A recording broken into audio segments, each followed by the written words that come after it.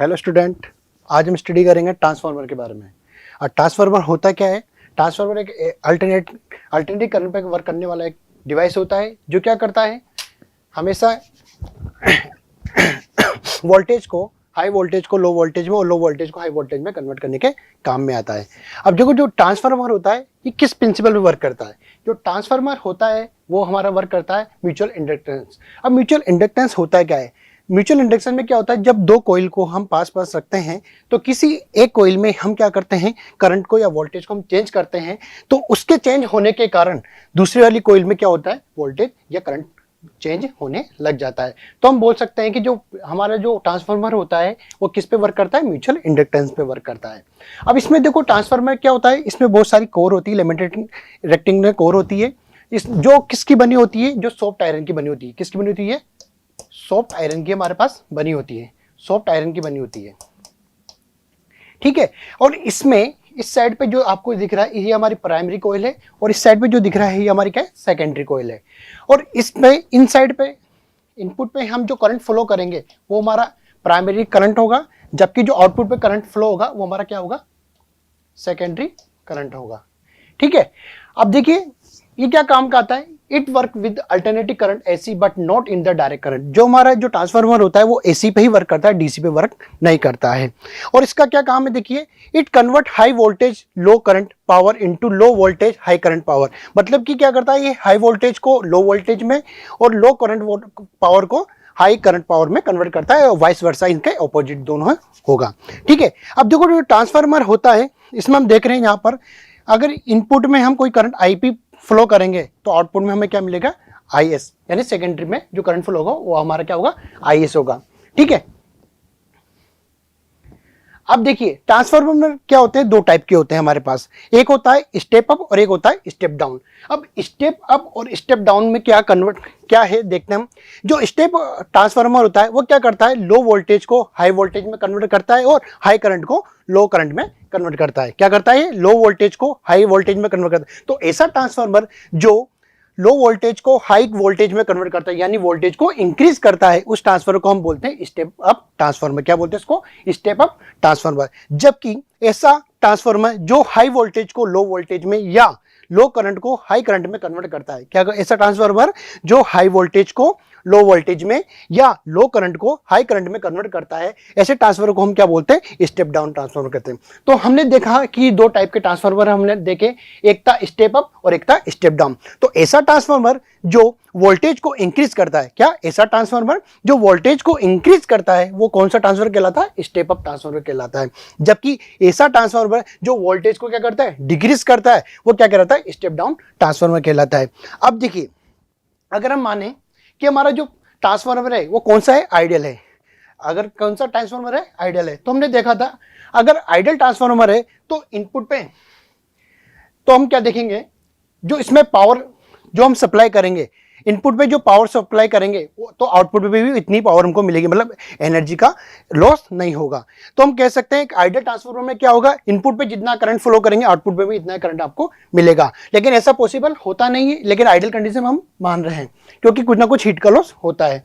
तो माना कि हमारे पास क्या है कि आइडियल ट्रांसफार्मर है, और तो इसमें हम देखते हैं कि वोल्टेज और करंट के बीच में क्या रिलेशन होगा। तो आइडियल ट्रांसफार्मर हमने माना कि इस पे इनपुट पे क्या है, पावर कितनी हमारे पास, पी आई, और आउटपुट पे पावर कितनी हमारे पास, पीओ है, ठीक है।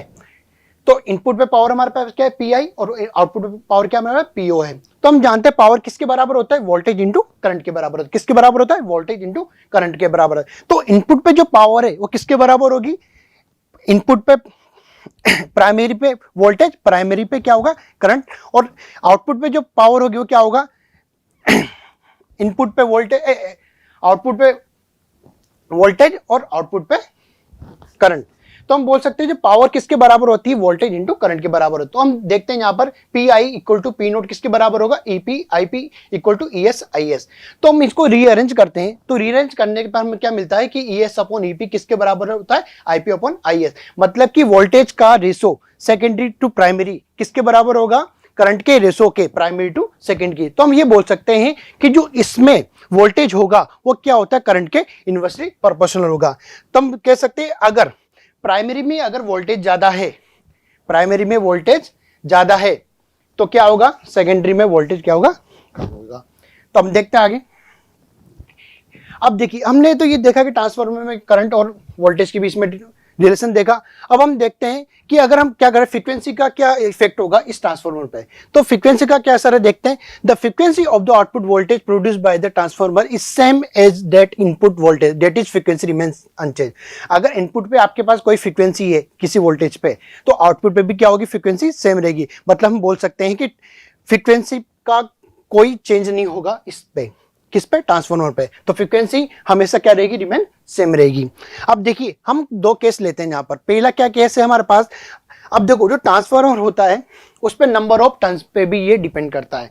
देखिए माना कि अगर हमारे पास सेकेंडरी पे क्या एन क्या है यहाँ पर, नंबर ऑफ टर्न, एन क्या है यहाँ पर, नंबर ऑफ टर्न, और अगर एस से क्या तो क्या number of turn in secondary coil, और एनपी क्या यहाँ पर, number of turn primary coil. तो हम बोल सकते हैं अगर नंबर ऑफ टर्न सेकेंडरी पे क्या है, ज्यादा है किससे, नंबर ऑफ टर्न प्राइमरी से। अगर नंबर ऑफ टर्न किससे ज्यादा है, सेकेंडरी पे ज्यादा है किससे, नंबर ऑफ टर्न प्राइमरी से। तो उस केस में क्या होगा, जो वोल्टेज होगा सेकेंडरी का वो क्या होगा, ज्यादा होगा किससे, वोल्टेज ऑफ प्राइमरी से। तो हम कह सकते हैं कि जब वोल्टेज ज्यादा होगा तो उस ट्रांसफर को क्या बोलेंगे, तो ऐसे ट्रांसफर को हम बोलते हैं स्टेप अप ट्रांसफार्मर। ऐसे ट्रांसफर को क्या बोलते हैं अपन, स्टेप अप ट्रांसफार्मर। अब देखिए केस सेकंड हम क्या बोलते हैं, जब नंबर ऑफ टर्न सेकेंडरी के क्या होंगे, कम होंगे किससे, नंबर ऑफ टर्न प्राइमरी से। नंबर ऑफ टर्न सेकेंडरी से क्या होंगे, कम होंगे किससे, प्राइमरी से। तो उस केस में हमारा जो वोल्टेज होगा वो भी क्या होगा, प्राइमरी में ज्यादा होगा किससे, सेकेंडरी से। तो हम कह सकते हैं जो ट्रांसफार्मर हमें मिलेगा वो कौन सा ट्रांसफार्मर होगा, स्टेप डाउन ट्रांसफार्मर होगा। कौन सा ट्रांसफार्मर होगा, स्टेप डाउन ट्रांसफार्मर होगा। तो हम देखते हैं कि आइडियल ट्रांसफार्मर की कंडीशन में क्या होगा, इनपुट पे जो पावर होगा वो किसके बराबर होगा, आउटपुट पे जो पावर है उसके बराबर, जो हमने अभी देखा। तो इससे हम रिलेशन निकाल सकते हैं कि जो नंबर ऑफ टर्न है वो किस पे, वोल्टेज के तो इक्वल है, प्रोपोर्शनल है, जबकि करंट की क्या होता है, इनवर्सली प्रोपोर्शनल है। तो हमने एक रिलेशन निकाला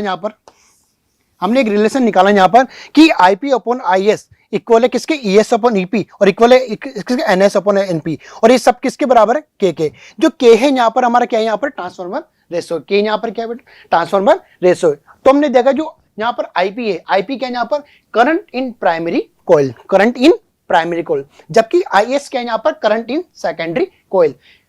और यहां पर ईएस क्या है यहाँ पर, आउटपुट वोल्टेज, और ईपी क्या है यहाँ पर, इनपुट वोल्टेज। एनएस क्या है यहाँ पर, number of turn in secondary coil, और एनपी क्या है यहाँ पर, number of turn primary coil. ठीक है, तो इससे ये फॉर्मूला बेसिक हमारे सबसे ज्यादा काम में आने वाला ये फॉर्मूला, इससे रिलेटेड हमारे पास क्या आएंगे, क्वेश्चन आएंगे। तो सबसे ज्यादा इंपॉर्टेंट यही है, इसी पे बेसिक क्वेश्चन आते हैं। अब देखो ट्रांसफार्मर के हमने रिलेशन तो देख लिया वोल्टेज करंट के बीच में और नंबर ऑफ टर्न के बीच में। अब देखिए, अब आपसे कोई पूछे कि ट्रांसफार्मर की इफिशिएंसी कैसे निकालेंगे, तो ट्रांसफार्मर की इफिशिएंसी निकालने के लिए हम क्या करते हैं, इसका एक फॉर्मूला होता है, इफिशिएंसी ऑफ द ट्रांसफार्मर क्या होता है, देखो power obtained from secondary coil upon power applied in primary coil into 100%। तो हम कह सकते हैं कि जो इफिशिएंसी ऑफ ट्रांसफार्मर है इसको हम रिप्रेजेंट कर रहे हैं यहाँ पर ईटा क्या है, हमारी इफिशिएंसी को रिप्रेजेंट कर रहे हैं, और टी क्या है यहाँ पर, ट्रांसफार्मर। तो ईटा टी क्या है, ट्रांसफार्मर की इफिशिएंसी किसके बराबर होगी, output power upon input power. किसके बराबर होगी, output power upon input power. ठीक है, तो ये हमारे पास एक मेन फॉर्मूला है इफिशिएंसी निकालने का ट्रांसफार्मर की। अब देखिए जब ट्रांसफार्मर वर्क करता है तो उसमें कुछ ना कुछ लॉसेस होंगे, तो कुछ लॉस देख रहे हैं यहाँ पर। एनर्जी का लॉस कैसे हो रहा है ट्रांसफार्मर में, पहला कॉपर लॉस होगा due to resistance of the coil, coil में क्या होगा, कॉपर का लॉस होता है रेजिस्टेंस के कारण, और दूसरा क्या, एडी करंट का लॉस होता है। ये तो हमने पढ़ा यहाँ पर ट्रांसफार्मर। अब ट्रांसफार्मर आपको जो पढ़ाया गया इससे रिलेटेड हम क्या बेसिक क्वेश्चन देखेंगे, जो आपको करना है कमेंट बॉक्स पे इसके आंसर देने कि कैसे सोल्यूशन होगा। पहला क्वेश्चन आपके पास, the core of the transformer is limited to reduce, तो इसमें कौन सा ऑप्शन होगा, आपको कमेंट बॉक्स पे आंसर देना है।